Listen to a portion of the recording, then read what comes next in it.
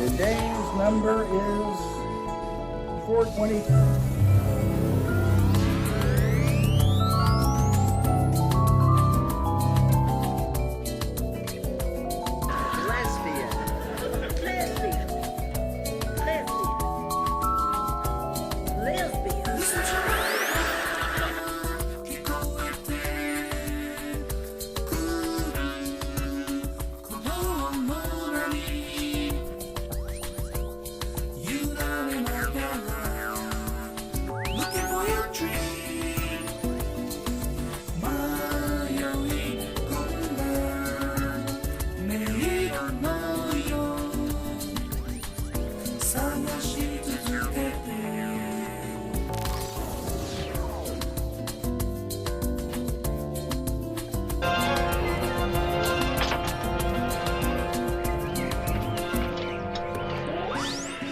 Garbage day!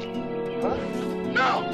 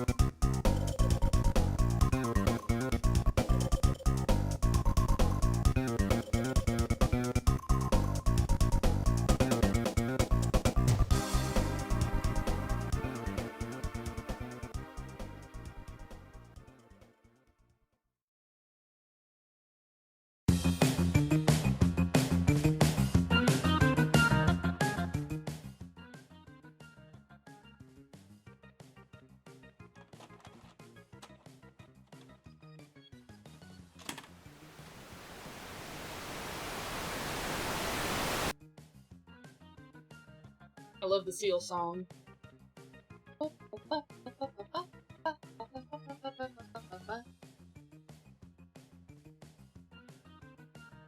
What?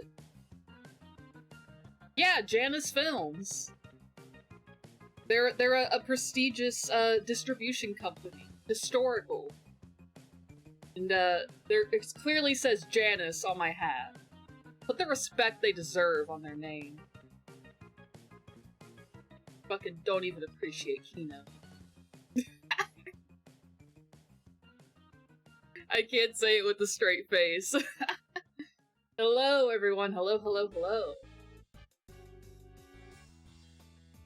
One. Ah, Sills!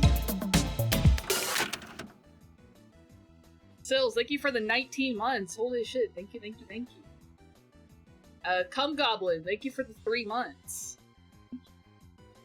Cum Goblin, if you're here, I have a question for you. Do I know you? Like, actually know you? Because I have a theory that you might be someone I know. But if not, then I'm sorry for being weird. Okay, bet. Okay, bet. Hang on. I have to give you VIP. Hang on.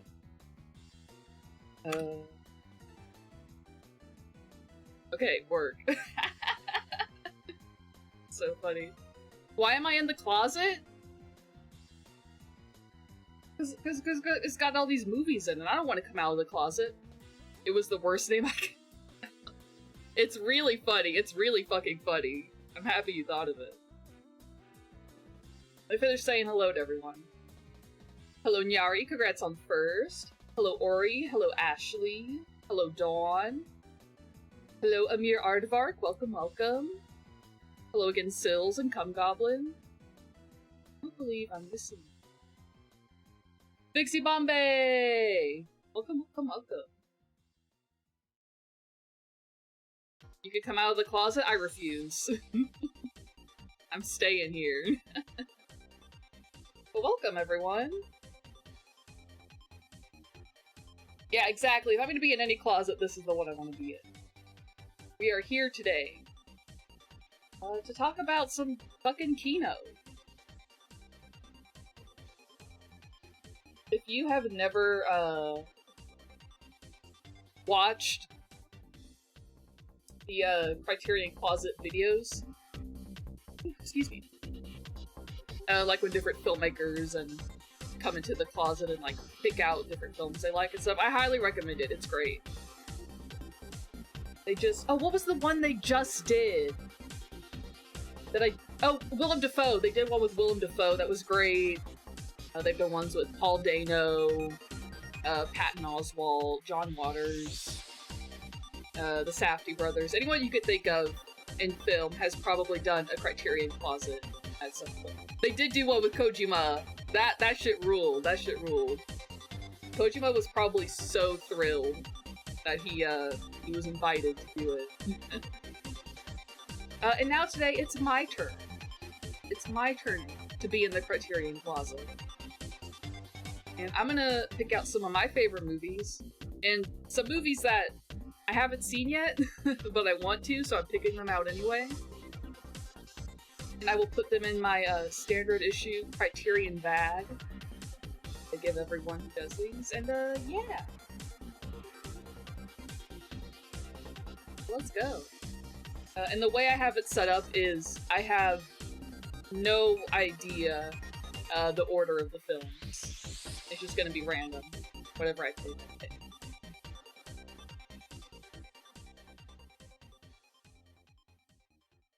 So yeah, let's see.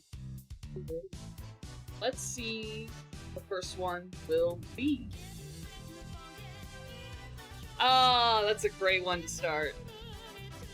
I love how your hair absolutely cannot be contained. You cannot contain this. You cannot contain all of this. The hat on, like a PNG on 3D looks so funny. I love it. Our first film, Female Trouble, by John Waters. This I haven't seen all of John Waters' stuff, but I think this might be my favorite. It's just so fucking insane. It's about fame, it's about female celebrity, it's about true crime, it's about gender roles, it's about straight society and gay society. It's everything. It's everything. Highly, highly, highly recommend. I feel like a lot of younger queer people maybe aren't as familiar with John Waters and Divine as they should, and they need to. We should all be more filthy. Just in general. We should all be filthier. I am taking female trouble vision.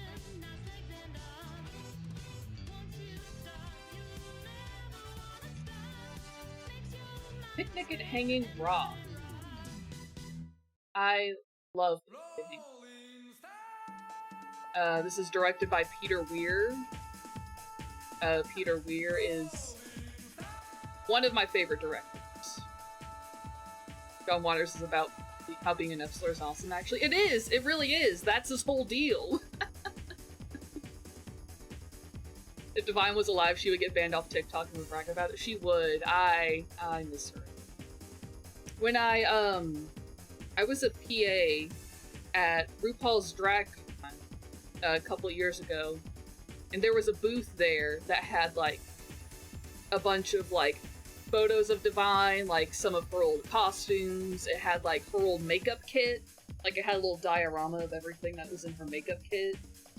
And, like, some books and things. And it was really fucking cool to go through and get that additional insight into who she was. Big fan of Divine. I wish we had more performers like her than ours. I'll try to slow down so chat can I know I just kind of fly off when I talk about movies. But Picnic at Hanging Rock. Peter Weir joined.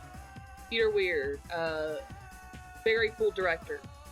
Probably one of my favorites. And if you're unfamiliar with Picnic at Hanging Rock, it's about, in 1900, a group of girls at like an all-girls boarding school sort of deal. They all go off together for a picnic, and then they all vanish. Like 5 of them plus one of their teachers. They all just vanish into thin air in the middle of the day. And so the whole story, it's very surreal. It never really tells you what happens, but I love that.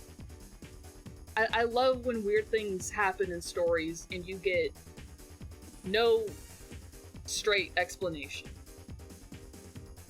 A lot of people like to act like Midsommar invented horror in broad daylight, but this shit is. I call it horror. It's not really explicitly horror. But if you find things that are, I mean, there's definitely heightened emotions. There's surreal aspects to it. There's definitely horrific things that happen. But I highly, highly, highly recommend Picnic at Hanging Rock. It's very fucking good. I feel like they remade this. I feel like they remade this recently as like a mini-series or something. I haven't seen that. Not really interested. But I am interested in taking this.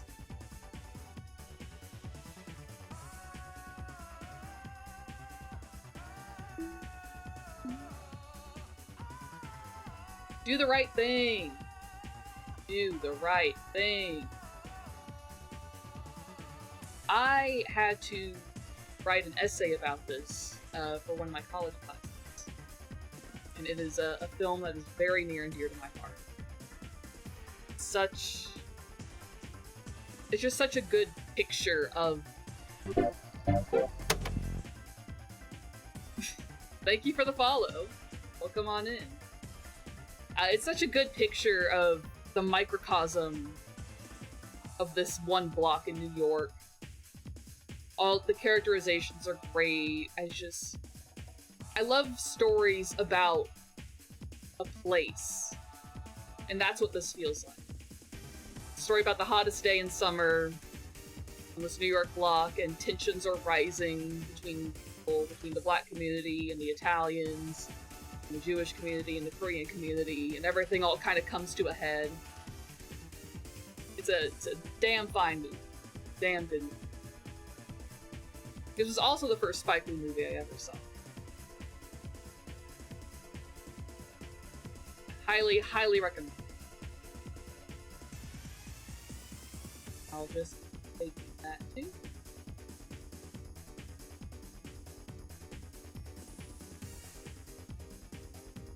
Gonna have a quick sippy.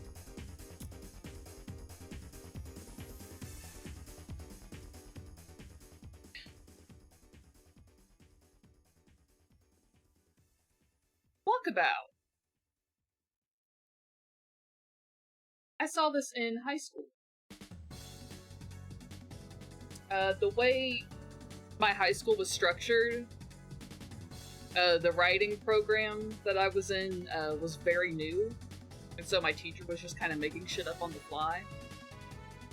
And as a result, some of the films we had to watch for our screenwriting class were not, I think, films that would traditionally be picked to watch for screenwriting, but I'm really grateful for it, because this is a really interesting movie. Walkabout, it's about two Australian kids who get stranded in the outback, and they come across an Aboriginal boy who is on his walkabout, which is like an Aboriginal ceremony where he becomes a man. And so he kind of guides them and takes care of them, and it's just about them on this journey across the outback. Gorgeous, gorgeous, gorgeously shot movie. Not a whole lot of dialogue in it, but it's a really cool, interesting coming-of-age story. And kind of shows the dichotomy between, like, the white Australians and the Aboriginal communities of Australia, how the two sort of intersect. Yes, you do! Hi! Welcome on in! Come on in, Preston. Yoink!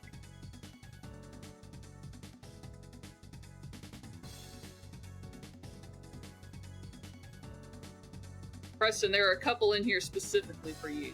Get to them soon.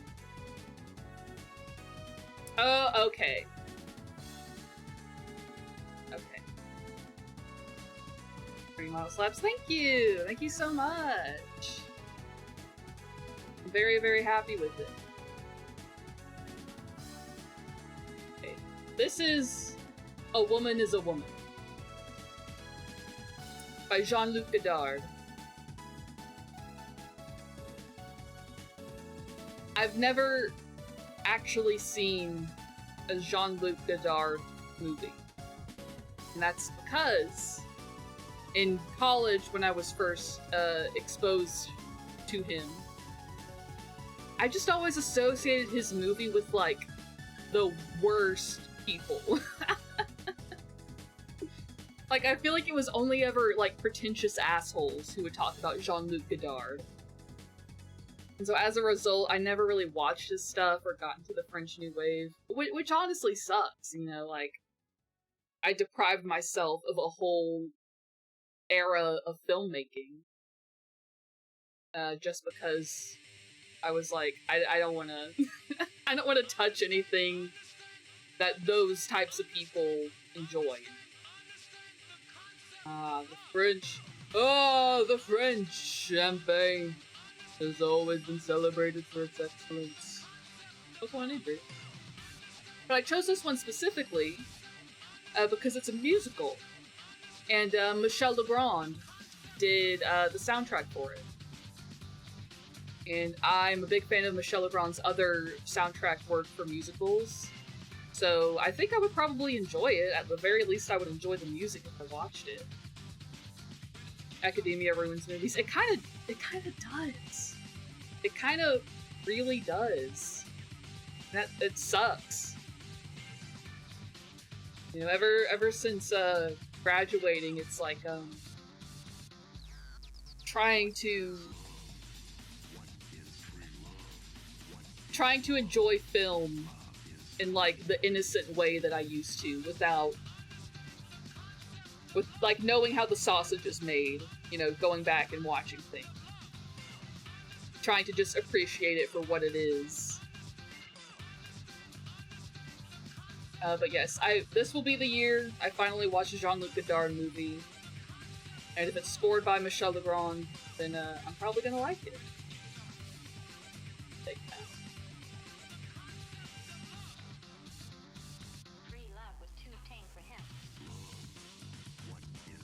Sometimes academia will produce some papers that slap absolute penis, but other times it sucks so bad. It's true!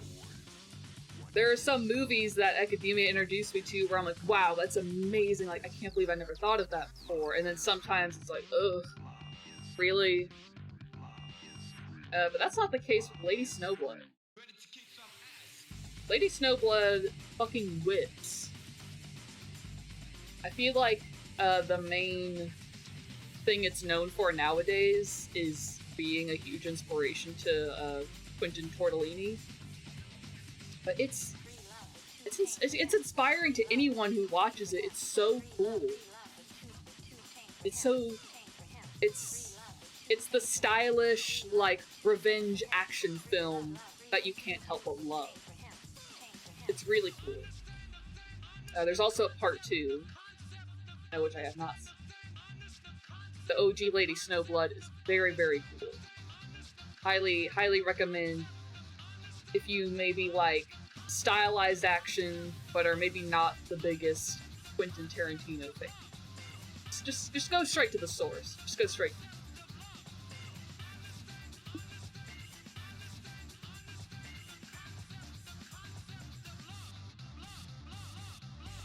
Speaking of Michel Legrand, The Young Girls of Rochefort. Did you find Puppet Master 5 yet? I meant to do- okay. I'm gonna be real with you, Brandon. I honestly was going to put in, like, a Puppet Master movie in this, and be like, wait, how did this get in here? But I totally forgot until I saw you just now. That would have been a good bit. Also, hi, Brandon. Yes, I'm not really a musical person. It's just...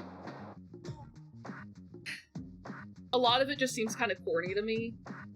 I get that a lot of people enjoy musicals and are very passionate about musicals. It's just not really a genre that speaks to me. It's different if it's sort of diegetic, where it's like, oh, the reason everyone is singing is because they're all performers, which is kind of the case in the, like in Dreamgirls, you know, because they're performing on stage. You know, the film is about singers and musicians.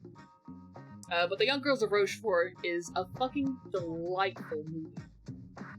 It's so, like, the colors are beautiful, the dancing is so much fun, scored again, all the music is by Michel Legrand. I love the soundtrack. I will dance alone in my apartment soundtrack. It's about... probably get into what these films are more about. It's a film about two twins, or a pair of twins, one of whom is a musician, and the other of whom is a dancer. And they're getting really fucking sick of living in the small town of Rochefort and want to go to Paris and find love and all this stuff. So the movie is about, it's very farcical. There's a lot of, like, misconnections and, like, coincidences and things. Which in other stories might be like, oh, come on. But it works in a musical. I'm a big fan of it. One of my comfort movies. And I'm taking it with me.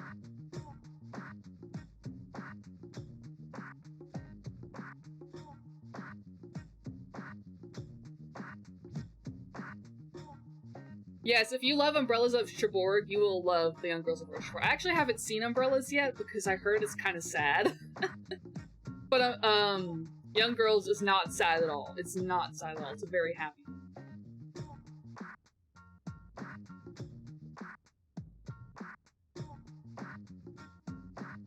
Got here. His Girl Friday. His Girl Friday. I did not like this when I first watched it. It's grown on me over time though, as I roll it around in my head. Like, when you think about, like, people in the 40s with mid-Atlantic accents, talking super fast, but like, yeah, see? This is that film. The dialogue, it's... I mean, I don't want to be, like, a boomer about it, but they really don't write like this anymore. They really do not write movies like His Girl Friday. It's just a lot of fun. Definitely watch it with subtitles on. I love the main character. The sort of central plot is like this one woman is a reporter at a newspaper that her ex-husband runs, and she's about to give up that life and go be a housewife with her new husband, and that her ex-husband is like, this is so not you. And so he's trying to convince her to stay by giving her a big lead. They don't write banter like this now that couples can kiss on screen. For real though. The Howard Hawks overlapping dialogue is beautiful. It really is. It really fucking is. So if you're a person who appreciates words, who loves a good script, highly recommend his work. It's just classic. And it's also in my opinion.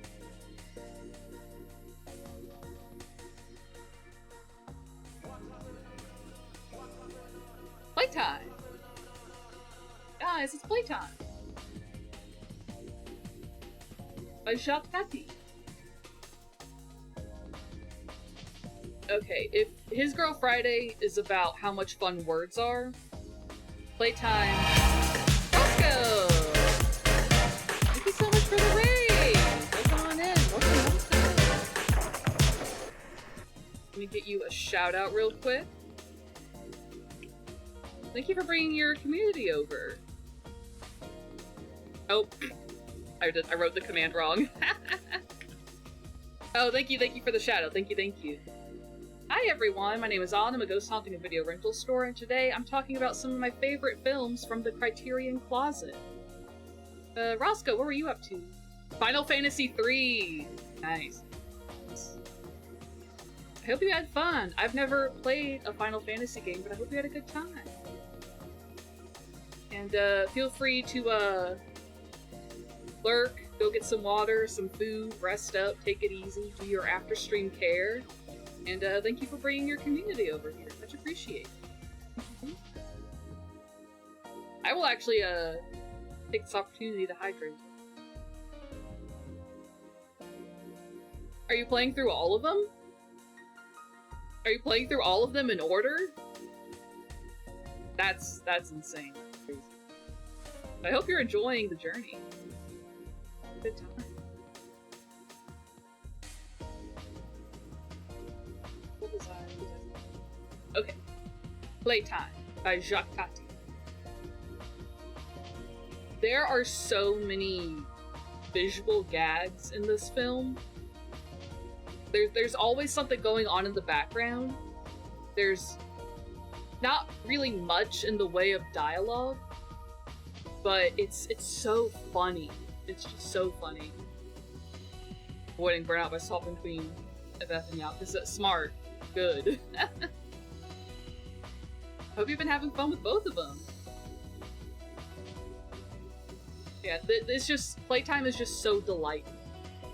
And I just discovered today, it's up on YouTube in its entirety. All the best movies are up for free on YouTube. It's the truth. It just is. I'm gonna put playtime.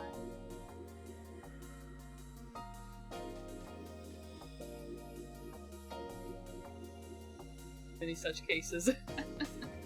Because you're doing something similar, Brandon?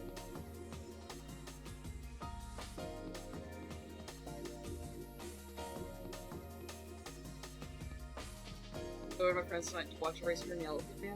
No way! Oh! I don't know where they are. I arranged this randomly, but Eraserhead and Elephant Man are in here. Or I don't think I put Elephant Man in here after all, but I did. Those are very good, Lynch Criterion films. They're so fucking good. Hope you enjoy.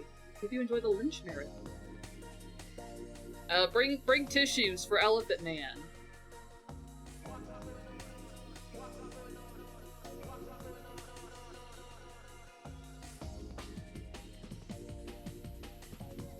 Paris is Burning.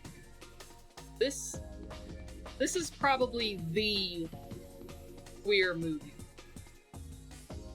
There's been some controversies about the documentarian, just in the fact that, like, it was kind of voyeuristic, I guess, and it was like a white person making the documentary about people of color. But honestly, the women and the people featured in this film, and the little slice of their lives that we got to see that are captured here, are still so fucking important today. If you haven't watched Paris is Burning, watch it tonight. Go watch it tonight. After the stream ends, pop in Paris is Burning. Like, it is part of the gay lexicon. Very fucking good documentary. It's really heartbreaking. I just... It's so... It's a dream of mine too, Roscoe. And, it's a dream that I made come true because, they didn't lock the door. So I'm here now. Nobody knows. At least... So before anyone else finds that I'm here, I'm just gonna take that. They have so many.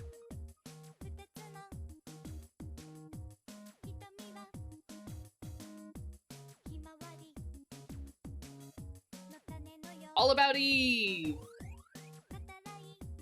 Another one that I haven't seen, but I put here anyway. Because I'm kind of obsessed with Bette Davis and Joan Crawford.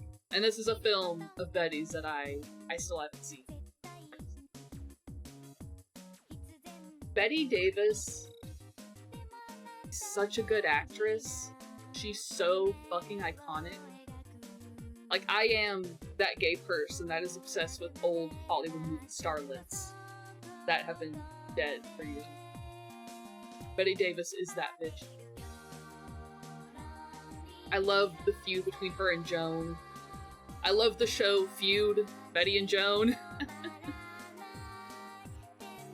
If it was on Criterion, I would have just put Whatever Happened to Baby Jane on here. That is an iconic film featuring the two of them, which kind of helped fuel their conflict. So I would really like to watch All About Eve soon. But I can't.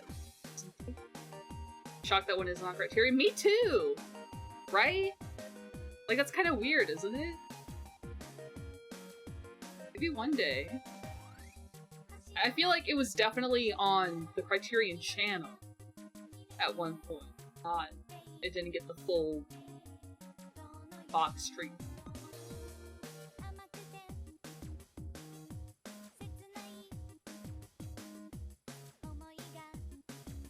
What do we got here?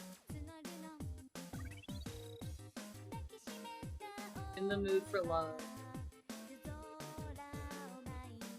In the Mood for Love. What a fucking dreamy film. Like, this When I think about romance films, this is the first one I think of. Maybe it doesn't have like the wish fulfillment ending of some other romance films do have, but my god. It literally just feels like a dream. It's so fun good. Wong Kar-wai is an iconic director. Sitting on my shelf for the longest time, still haven't watched Fallen Angels Goat Status. Hell yeah. You gotta watch this. You gotta watch this. Magical is a very good word, Dawn. Magical is a very good word to describe the director's style. Just very enchanting. I would be remiss if I did not take this one with me.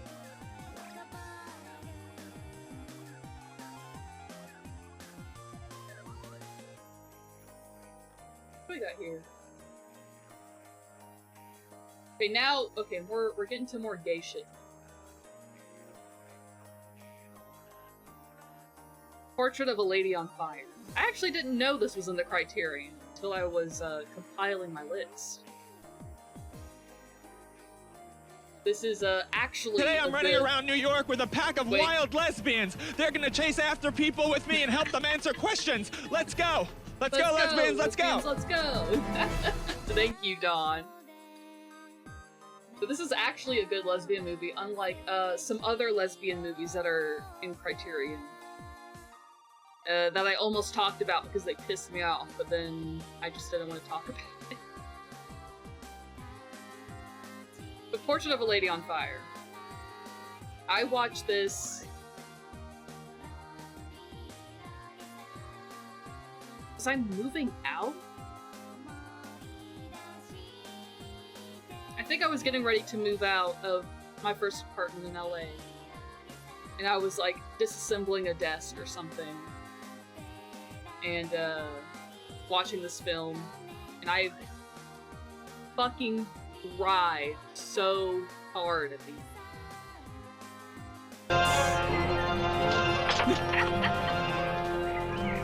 Garbage Ray! Hi Ray, welcome on in. Huh? No! You know, oh yeah. Oh yeah, Roscoe, you know what's up. Ugh. Disgusting! The Portrait of a Lady on Fire is actually a good lesbian movie. It maybe doesn't fall into the category of lesbian movies with happy endings. Are the redeems like Crazy Loud?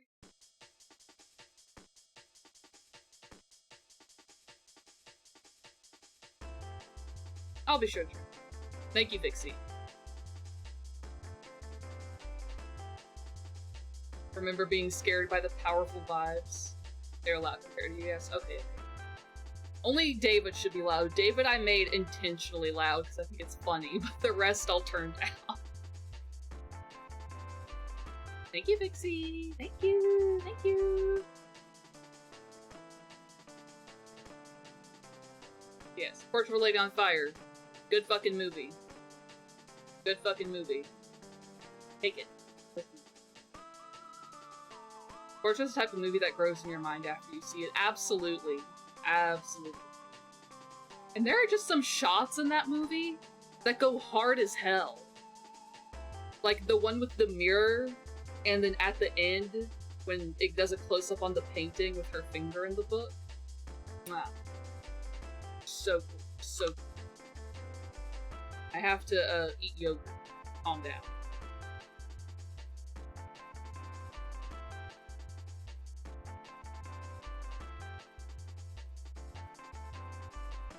I will never get over how funny my model looks when I eat. So fun.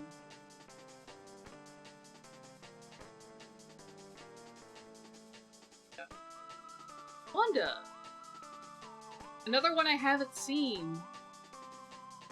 But I'm fascinated by this film, and I really want to see it. It was written, directed, and starring Barbara... Oh, I want to make sure I get her name. It's either Loden or Lorden. Loden. Barbara Loden.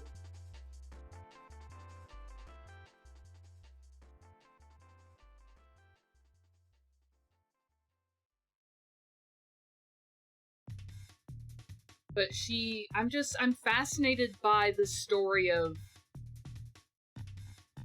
a woman who only ever directed one film, and it's about kind of the struggles a woman goes through.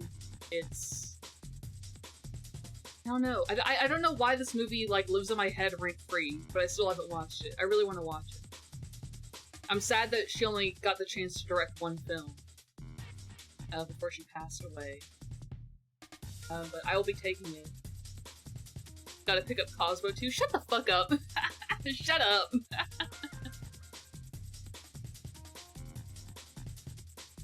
Hopefully I'll get to that one soon.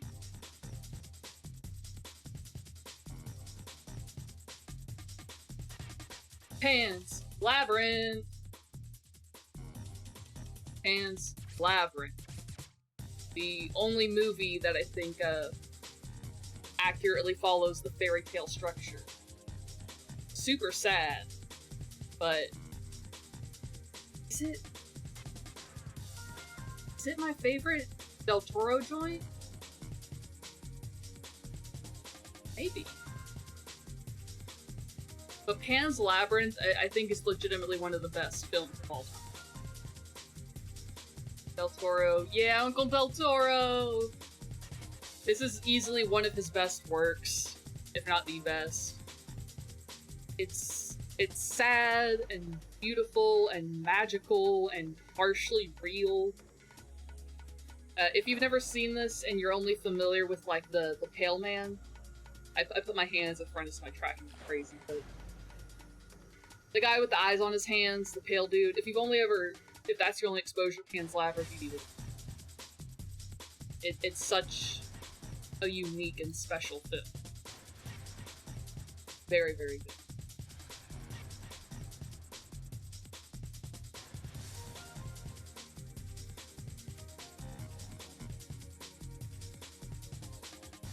Branded to kill! Nyari, are you here?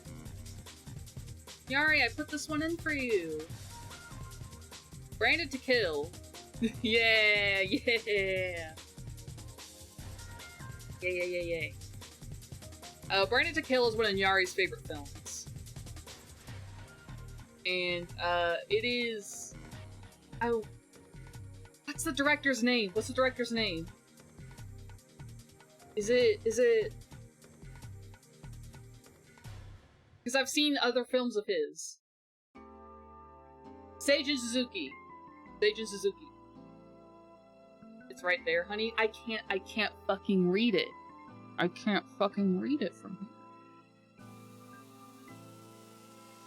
But yes, Seijun Suzuki. He's such a fucking cool director. It's okay. No, you're not. You're not. My screen on OBS is just small. It's okay. But Seijun Suzuki is very much like the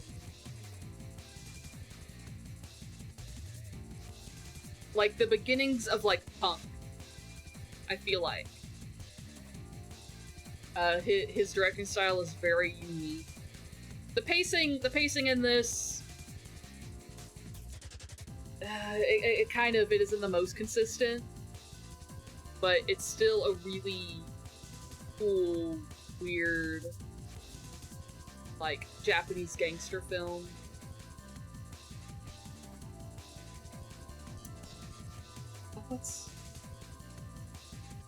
Forgot the name of the actor too, with the cheeks. What's the name of the guy with the cheeks? Yeah, he has cheek implants, which is weird. And the character he plays in the film has like a fetish for like the smell of boiled rice. And somewhere in this, it's like a hitman story. Joe Shishido.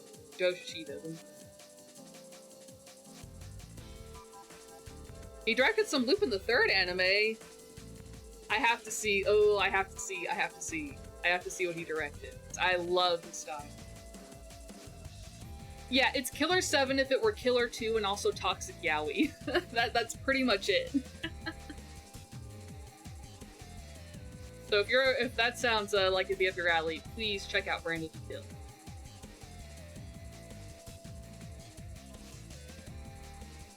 I will check it out, then my bad.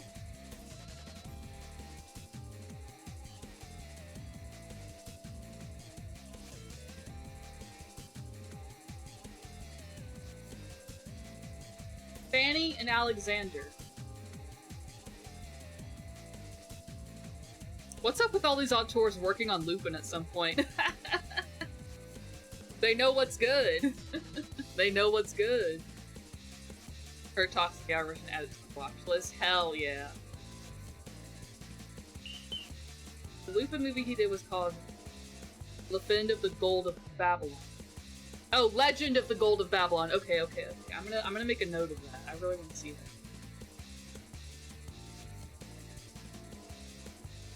But here we got Fanny and Alexander, which I have not seen, and it was a TV special directed by Ingmar Bergman, so it's very long. It's very long if you try to watch it like a movie. This is on here. One, because I've been wanting to watch it. I really enjoy Ingmar Bergman, and this is one of his that I haven't seen. But I also very briefly dated this one girl who had like posters of this film like all over her apartment. Like I went over for like a dinner one time, and it was kind of a trip just seeing like all these fucking Fanny and Alexander posters and shit everywhere. I very briefly dated Ingmar Bergman.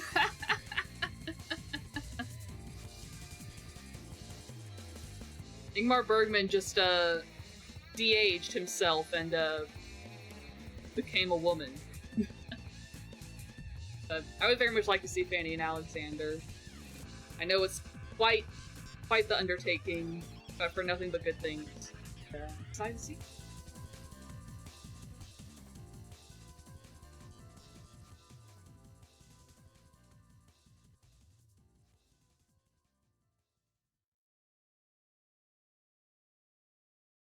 We've got some more to go. I'm gonna run a quick ad and get some more water, give my throat a little break, and then I'll be right back to get through the rest of these films.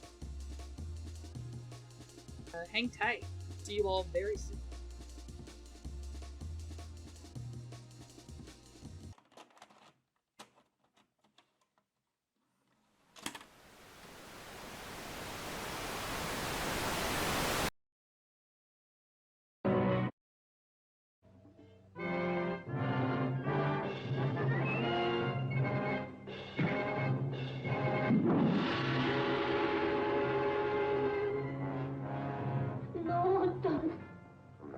You? How'd you get here? They say they get much opium and sell me auction.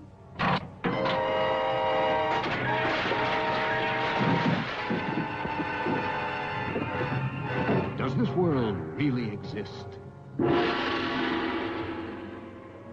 Does this world exist where virgin beauty is bartered for opium? 1 hit, 2 hit, 3 hit. 3.5 hit. 5 hit. Are these young girls possessing all the joys of exotic ecstasies available to own? Or do they live only in the dreams, the confessions of an opium eater?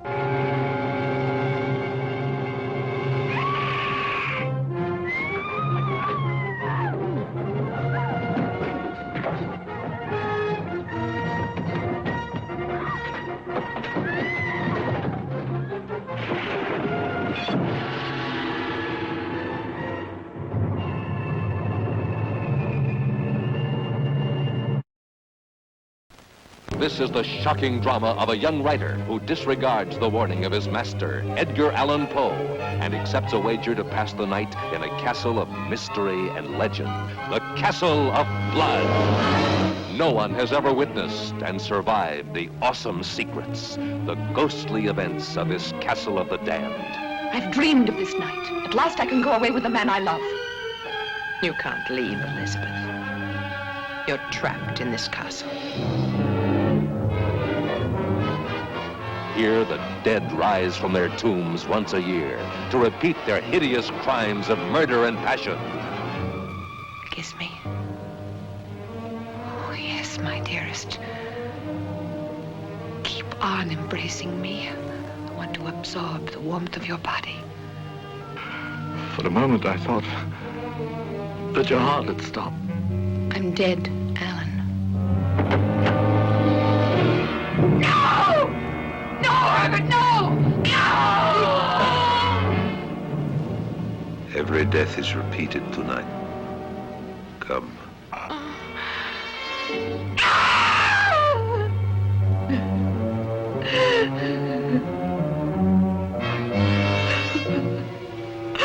No, Elizabeth. Edgar Allan Poe's most gripping.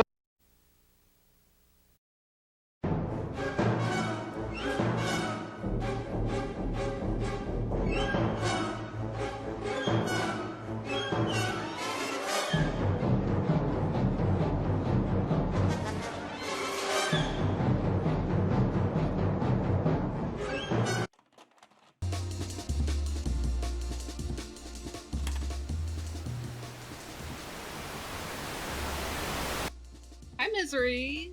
Thank you for the raid. Thank you, thank you. I hope you had fun. Oh!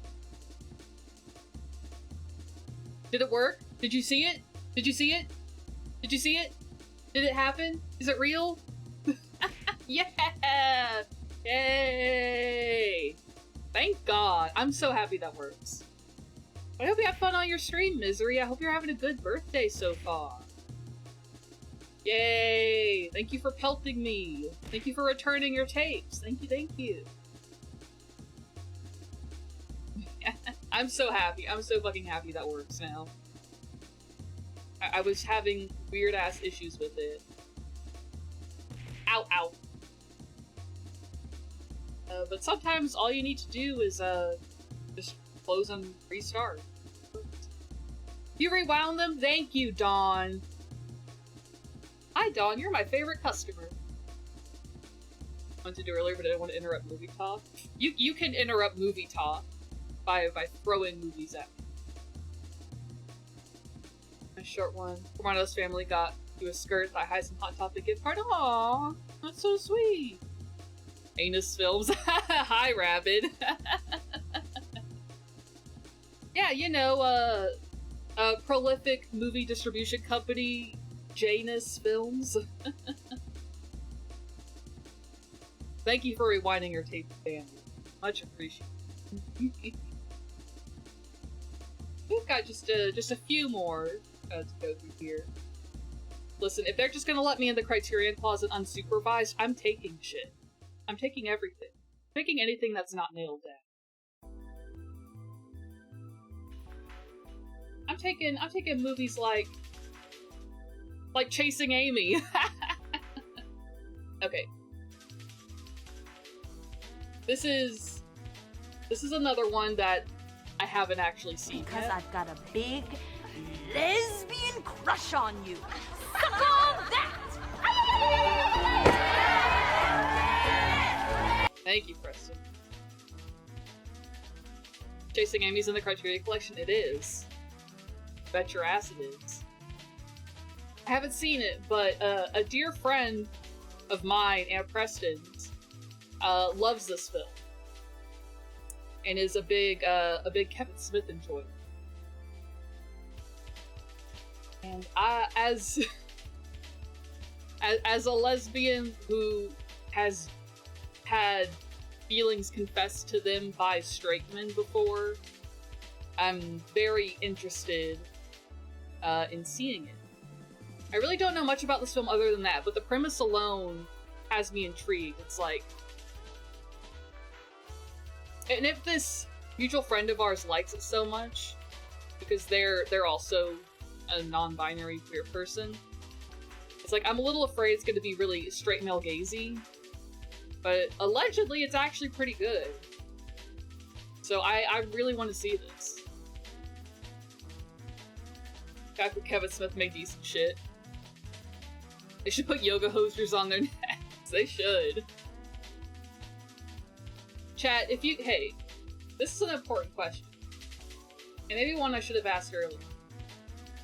If you could put any movie in the Criterion collection, what would it be? If you're unfamiliar with Criterion, basically they just restore movies and they put them in like a super nice Blu-ray package, a bunch of like features. Tusk? No, not. I was talking with Inyari about how much Tusk freaks me out. Phantom of the Paradise is such a good one. Phantom of the Paradise is such a great one. I would love that. I would buy that part. Genuine answer, Spring Breakers. Spring Breakers does kind of seem like something they would do. Like a kind of out of the box. Trimmers, hell yeah. I actually don't think Yellow Submarine is in there, which is weird. They have they have another Beatles joint. I forget what it is, but they don't have Yellow Submarine. I would love for them to put Roy on there, especially now that it's been taken off Shudder, and there's no legal way to watch Roy anymore, which is really fucked up, because it's an incredible film. Perfect. Oh, I would love if they did Perfect Blue. I would own... If they released Perfect Blue when I bought it, I would be the owner of 5 copies of Perfect Blue. It's gone from the fucking States, but anywhere, like in the world. Maybe not in the world, but at least in America. Yeah, they do have hard... I have to be predictable. Let's say Death Race 2000. They should, though. Why not? Death Race 2000, like, fully restored and remastered on a nice Blu-ray. That would be so nice. That would be so nice. I'm trying to think of what I would pick that's not Perfect Blue.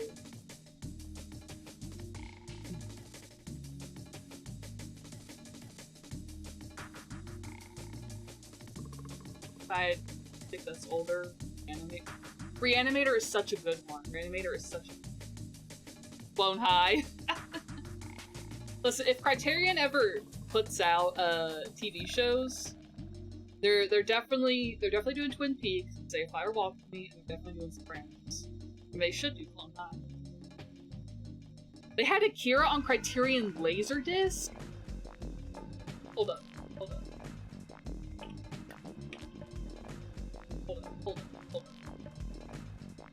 No shit!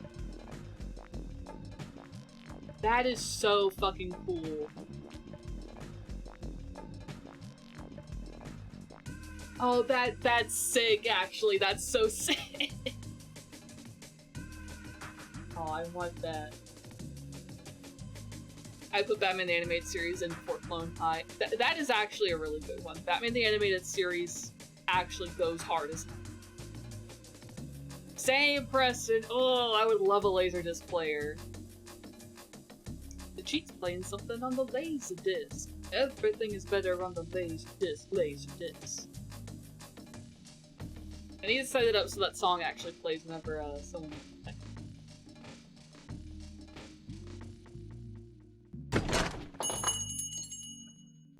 What do you mean saw that? Saw what? Oh. Hi Ray, welcome on in. Yeah, I forgot I did that. I forgot that I now show the types of media that are in the connects. Yeah, there's Betamax. I love how Dawn and Ashley both went for Betamax. The classic.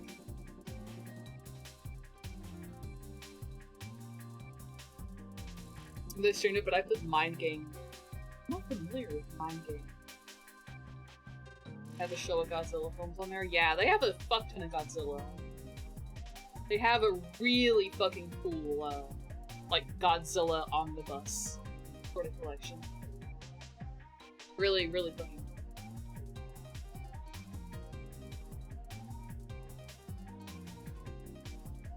What else we got? What else?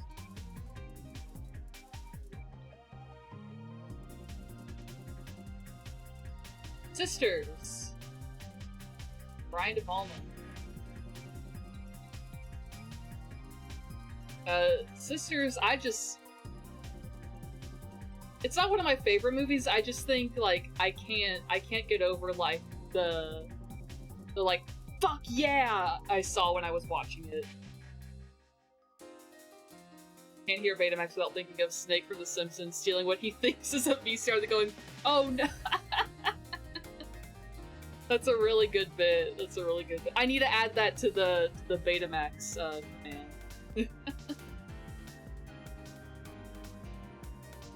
Yeah, Sisters is a really cool horror movie. I was very taken aback by how ACAB it was. It was, like, very against cops and shit. De Palma is... Brian De Palma is such a good director. Such a fucking good director.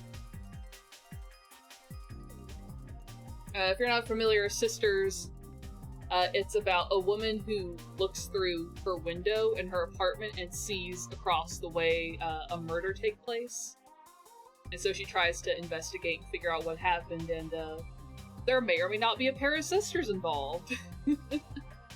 There's a great scene with a bloody birthday cake, and it's a fun time. It's just a fun, fucking good horror movie. Highly recommend it if you haven't seen it. Oh yeah, if you like Carrie, you will definitely like Sisters.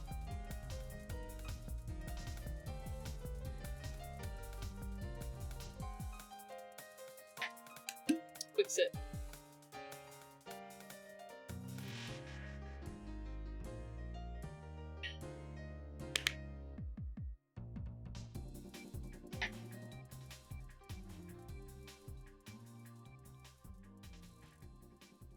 Tampopo. Much like Perfect Blue, I never shut up about how much I love Tampopo. Tampopo is one of the best movies of all time. I love the structure of it. I love the different vignettes about life and society that are sort of sprinkled out, and it feels random, but it's really not. It's all supporting the theme of how food brings us all together. Oh yeah, Preston, you would fuck heavily with Phantom of the Paradise. But you have to watch it with Kat. You and Kat need to watch Phantom of the Paradise. The sensual egg eating. Okay, which is grosser? Volleyballing an egg yolk between you and your lover's mouth, or putting shrimp and vinegar on your stomach so that they, like, wiggle around. I think the shrimp thing is worse, but I can understand, but the egg eating also makes me gag. What kind of question is that? There's a scene in the film with a couple who uses food during sex. And some of it is, like, what you would think, like, oh, they're gonna put, like, whipped cream on her titty and, like, lick it off. But some of it is, like, passing an egg yolk back and forth, or, like, the shrimp tickling. Ugh.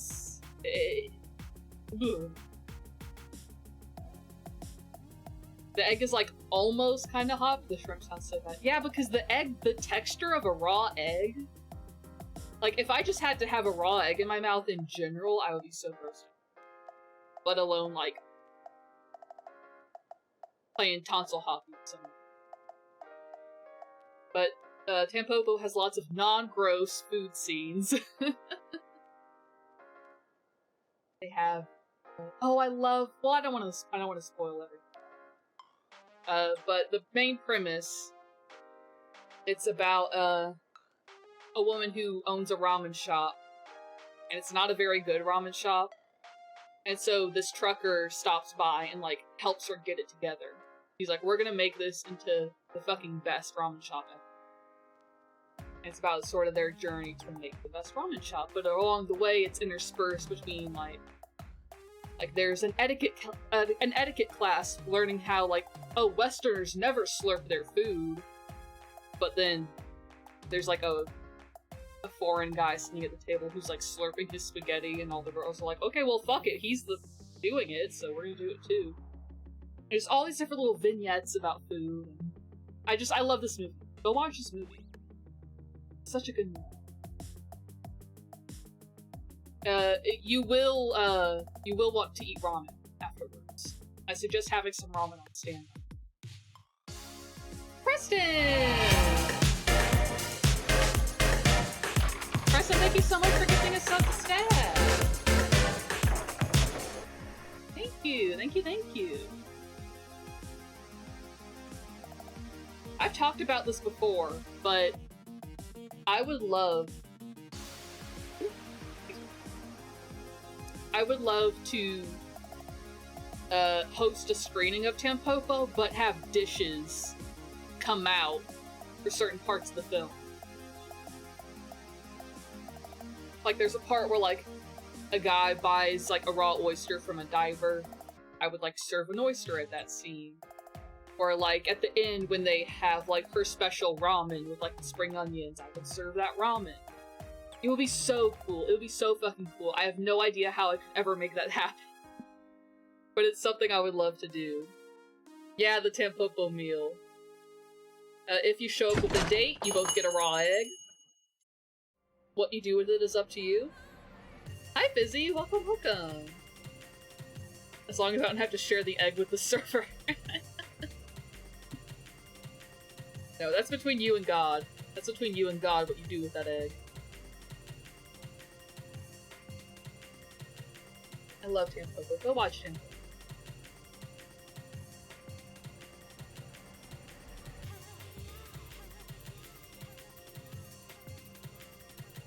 RoboCop!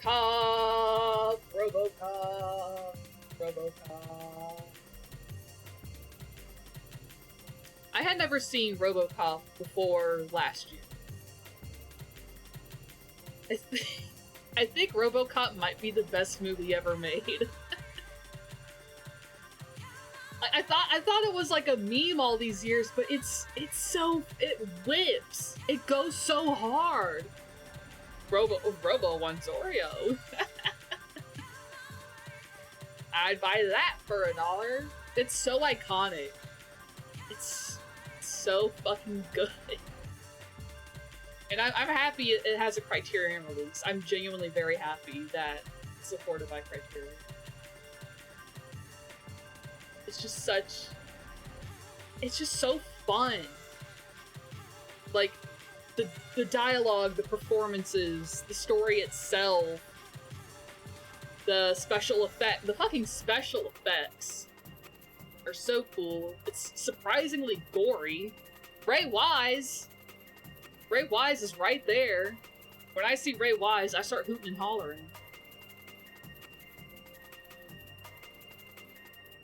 Love that right after the lead gets shot, we immediately transition into him being in the exoskeleton. It's techno body horror simulator. It really is. The exterior shots of City Hall were shot in Dallas? That's crazy, I did not know that. So sad they had to go to Dallas. No, anti-shout out to Dallas. I will not shout out Dallas.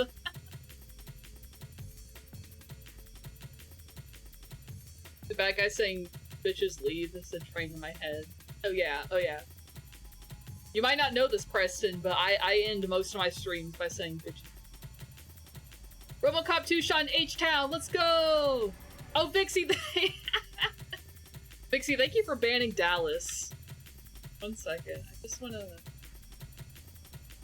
There we go, I just wanna have that.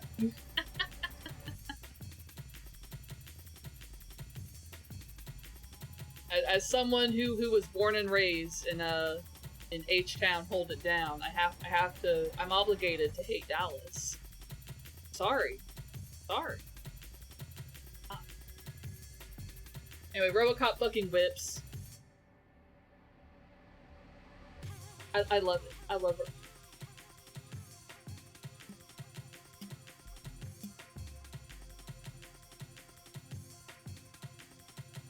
Fair enough, I understand.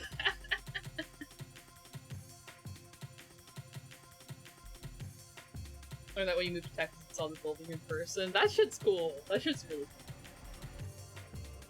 Listen, I may not like Dallas, but I love hearing about Texas in film.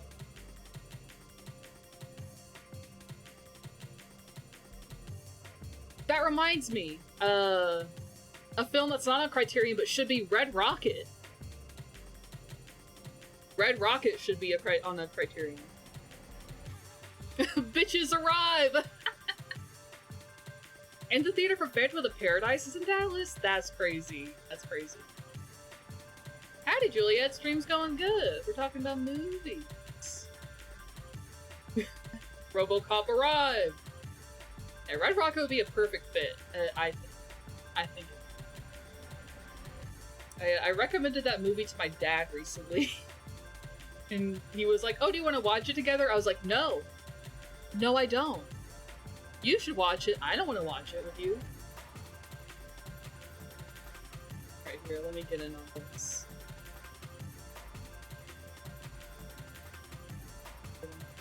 Yeah, there we go. Yeah, that's Juliet showing up the screen.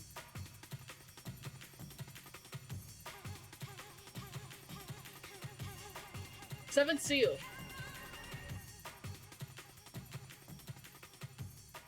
Another Ingmar Bergman joint. This is another one of the films that I was introduced to through academia.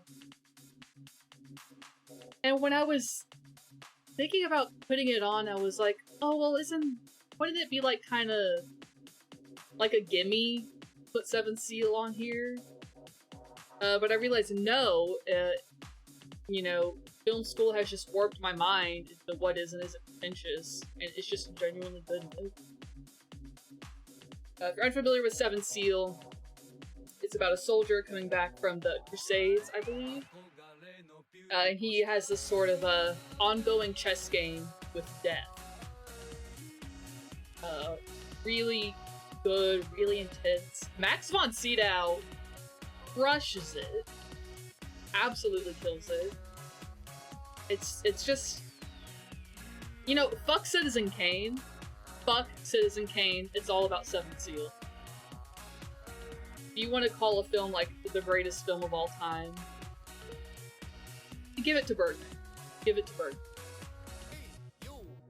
Fucking gorgeous film.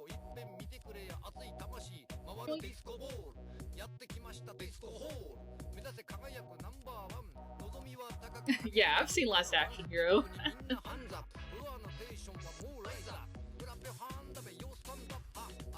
I take a sip and enjoy the song for a second.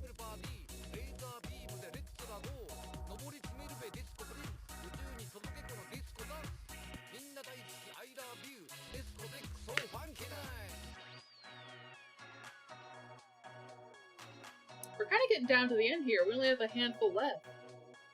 Let's see what we got. Qui-Gon! Qui-Gon! I love Qui-Gon! 7 seals of this economy? Qui-Gon is 4 Japanese ghost stories, sort of compiled into one film. Very beautifully shot. Really compelling storytelling. It's long, but I love it a lot. Yeah, hell yeah, Dawn. I just adore it. It's one of those films where after I watched it, I could not stop thinking about it. Like, just lying awake in bed replaying scenes over and over in my head. But yeah, I think my favorite story is the one about the man finding shelter in the snowstorm and the mysterious woman he meets in the snow. The shot to do with the calligraphy all over his body, so pops in his head sometimes. Yeah, I think that's the most iconic shot from Qui-Gon. Is the one of the monk with, like, covered head to toe in calligraphy. So good, so good. Yeah. Go watch Qui-Gon. If you like Japanese ghost stories.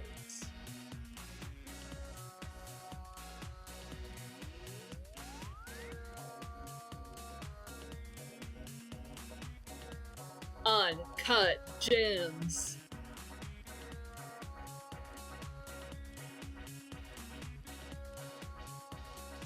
Okay, maybe it's recency bias, maybe it's film Twitter bias. Uncut Gems is kind of one of the most incredible films ever. Love the Safdies for casting like a bunch of unknown New York locals who are fixtures in the community, but aren't established actors. Only able to get through half of it. Why? Film a panic attack now. It is extremely tense. Star is Born. Real jealous of how this movie makes me feel so alive. The movie's a 90-minute heart attack. I think the Safdies' first film, Good Time, I thought Good Time was more stressful than Uncut Gems. It is a fucking heart attack. Watching Uncut Gems for the first time, you are fucking white-knuckling it on your seat the whole time. How? How is that possible? Maybe it's possible because that there's an added factor of a Sprite bottle of LSD. Perhaps that's in play. But Uncut Gems, it's a fucking incredible movie.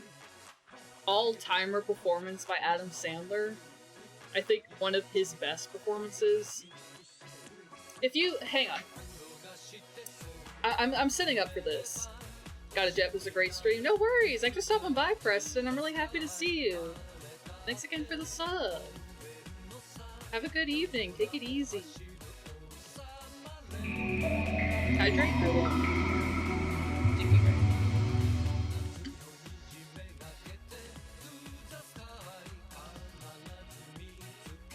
I feel like I need to watch this in a theater. Hardest I grip my armors was the Skinamarink. Yep. Watching Skinamarink in a theater, it was so quiet. So fucking quiet. You hear a pin. What was I saying? Oh, Adam Sandler haters are not welcome here. Yes, he's put out some stinkers. But he only does that just so he, like, has a reason to get his friends together and go on vacations and make a little money while doing it. You can't fault him for that. But he's genuinely a really fucking good actor. Funny People is so good. I haven't seen Funny People. I need to see Funny People, I need to see Punch Drunk Love. But I like Adam Sandler. This is kind of one of his best performances. Even if it is a fucking heart attack on film.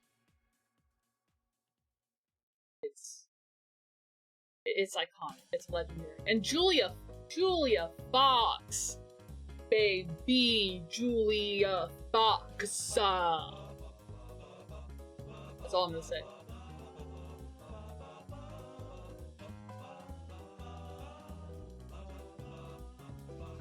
Oh, I wish Preston hadn't left. I wish Preston hadn't left. But, this is a film I haven't seen. Valerie and Her Week of Wonders. This is actually Preston's partner's favorite film. And as far as I understand it, it's a part of, like a Czech surrealist movement from like the 60s and 70s. Apparently Czech filmmakers were getting real weird with it. But I've always wanted to see it. I love dreamlike films about women and monsters and blood and drugs and love. I would very much like to see it. And shout out to Preston's partner for putting this on my radar. Give me that Euro surrealism. Exactly. You love this one? What do you love about it? I want to hear from someone who has actually seen it. Give me the pitch. While I give Mona some scratches.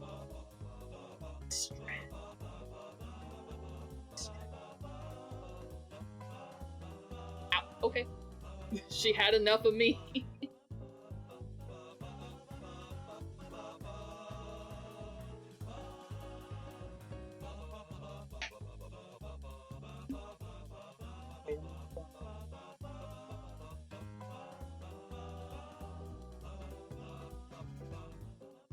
I'm convinced that this is one of Ikuhara's influences on Revolutionary Girl Utena.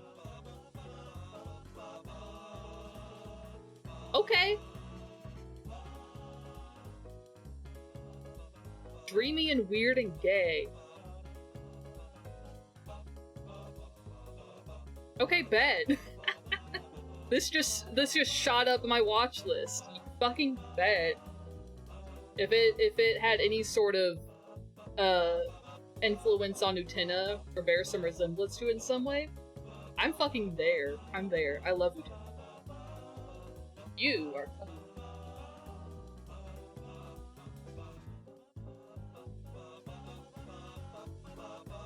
Dead Ringers.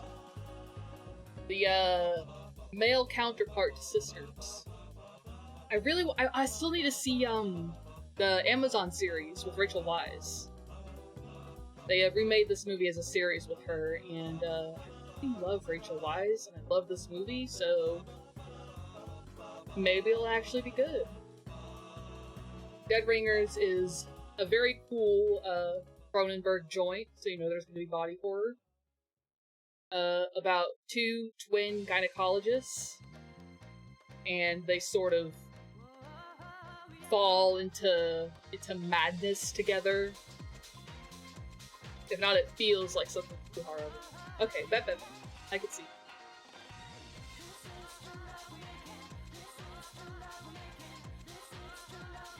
But it's...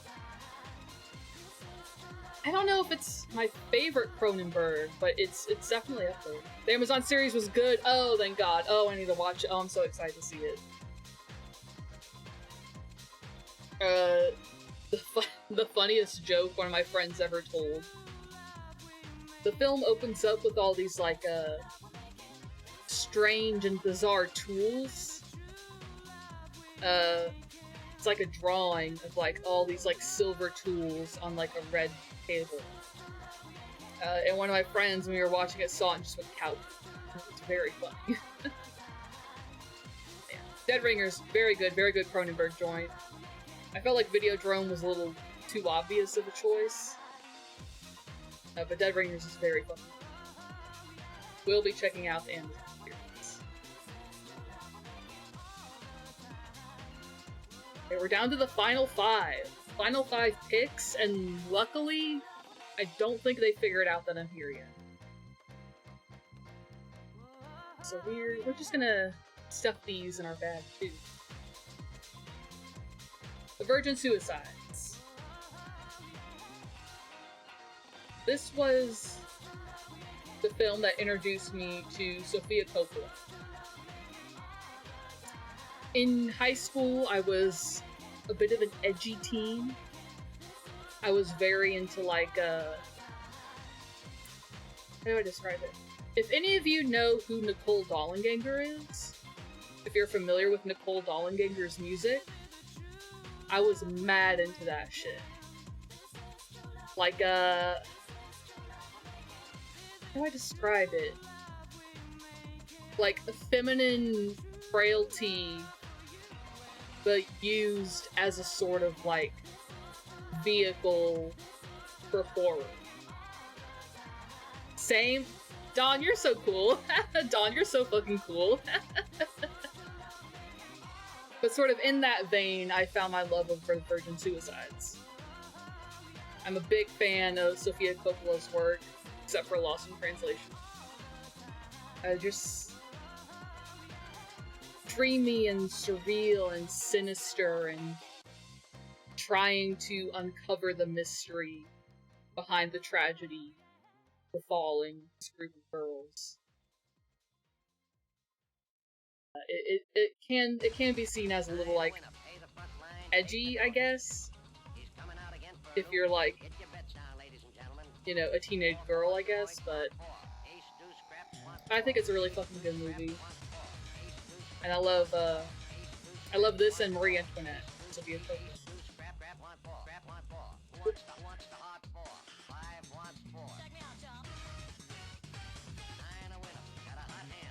Oh, Petite Maman.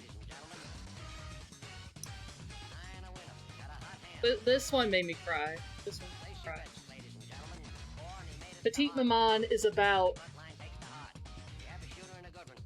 It's about a child who is visited by her mother as a child. And they sort of become friends and, like, play together and things. And it's... Sometimes it's hard to visualize your parents as children, or your parents as, like, the age you are now.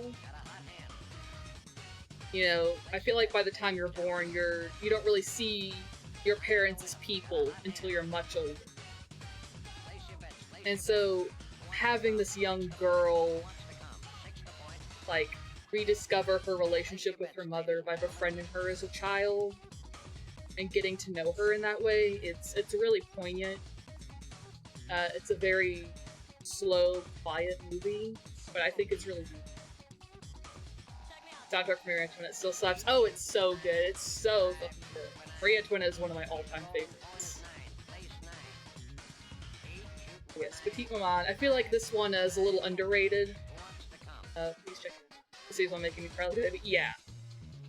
If you have a good relationship with your mom, if you have a bad relationship with your mom, if you don't have a mom, you're gonna cry. It's just very poignant and heartfelt.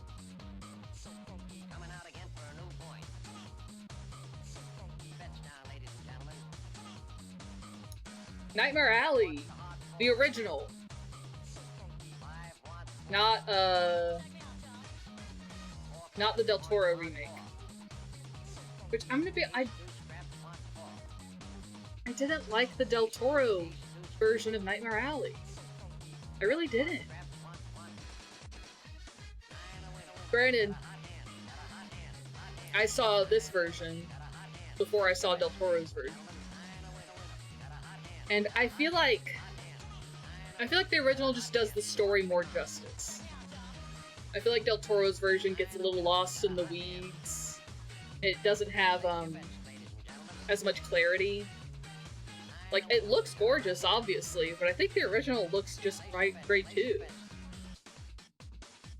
If you're unfamiliar, Nightmare Alley, it's about a couple who team up and sort of pose as fortune tellers, mystics, mind readers, and they sort of see how long they can keep the scam going. And of course, in a movie of this era about lying and pulling one over on people, it ends. The ending is iconic. I will not spoil it, but the ending is twisted. The ending is so twisted. Yeah, very good. I much prefer this to the Del Toro version. Wasn't a huge fan of what's his name as the lead. Yeah, right? It was like Bradley Cooper or something. I don't know. I wasn't a fan of him either. Check out the OG. The OG's very good.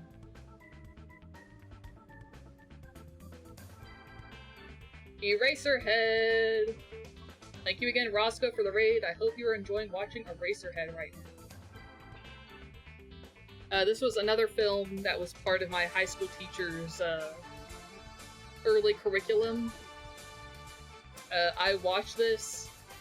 Today's number is 420. 420?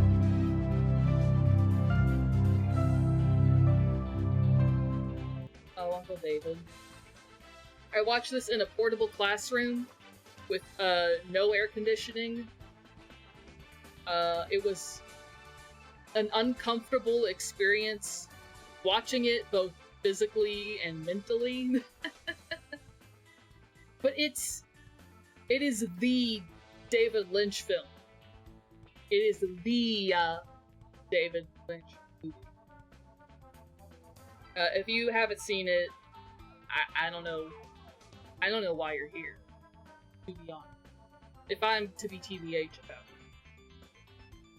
it. Eraserhead's a really fucking strange and bizarre movie, but so fucking cool. Thank you, Uncle David. Maybe his later things were a little more palatable to consume, but you have to appreciate the weirdness and the surrealness. I can only imagine how all the machinery noises sounded in there. God. I mean, I definitely didn't appreciate it at the time because of how I watched it. Because I was in, like, a shitty classroom watching this really weird, bizarre film. I was like, I don't know what's going on, I'm uncomfortable. But then after the fact, it's like, okay, this is incredible. It will make you scared of babies. I hope you're not planning on having kids anytime soon, because this movie, it will make you terrified of it. Which kind of speaks to what I love about Lynch. Like, his movies can be so weird and bizarre, but there's always a very human feeling of it. And sometimes that human feeling is the fear of being a parent. Very good film. We love you, Uncle David. Love you. The last film of the evening. My final Criterion pick. I hope it's a good one. I don't remember what it is. Oh! I did not plan for my last two films to be David Lynch. Metal Gear Solid 3. They should put MGS3 in the Criterion collection. I think they should. Kojima's been there. Fucking do it. I mean, I already kind of did my gushing about David Lynch, but listen, I love Twin Peaks. Twin Peaks is extremely close to my heart, and Fire Walk With Me is...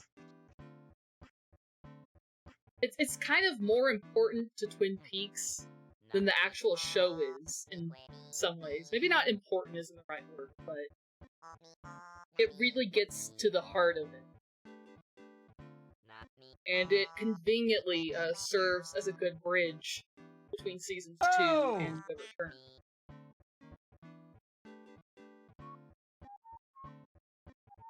Did O not work? I'm gonna scream. I'm gonna scrum. But yes. Twin Peaks, Fire Walk With Me. It's hard to recommend this movie if you haven't seen Twin Peaks at all. Oh, worked? Okay, I just didn't hear it. Okay, as long as you guys heard it. I'm terrified for it. But, so I guess this is just my recommendation. Go watch Twin Peaks. Go watch Twin Peaks. It's a fucking great show. It's very close to my heart. Watch seasons 1 and 2, then Fire Walk With Me, and then The Return. And tell me all about it. And with that, my bag is full. I have acquired all of the movies I could ever want in the closet. And, I kinda got away with it. You can just... You heard it here first. You can just walk into the Criterion closet and no one can stop you.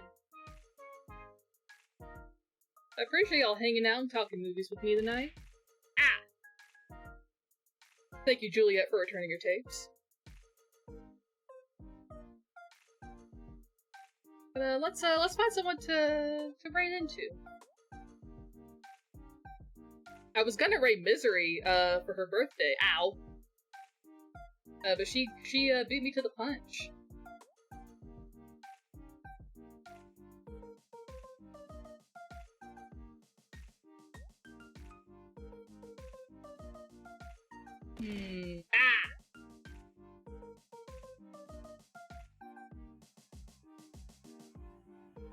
Okay, we're gonna go raid Daya. And the raid message will be, oh, what's the exact verbiage of Robo wants an Oreo? Is it Robo want Oreo or Robo wants an Oreo? What, I need the exact. I want the exact line.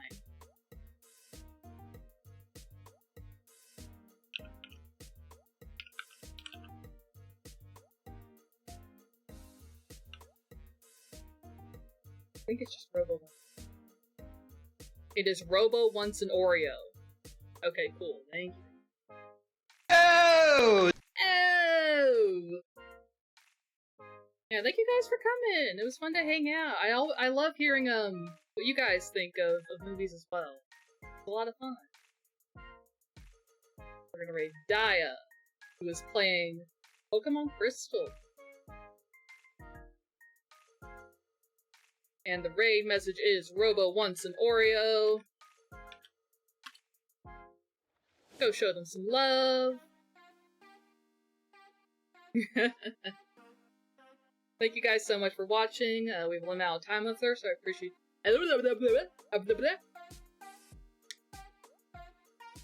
Thank you guys so much for watching.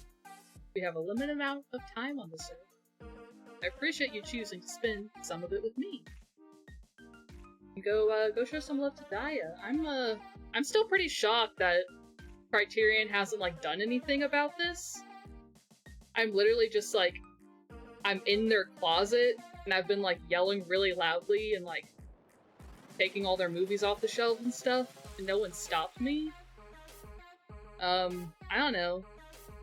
Maybe they're too busy, I don't know, printing fucking Blu-rays or something. They're kind of pussy move to just let me sort of walk out of here with my life intact.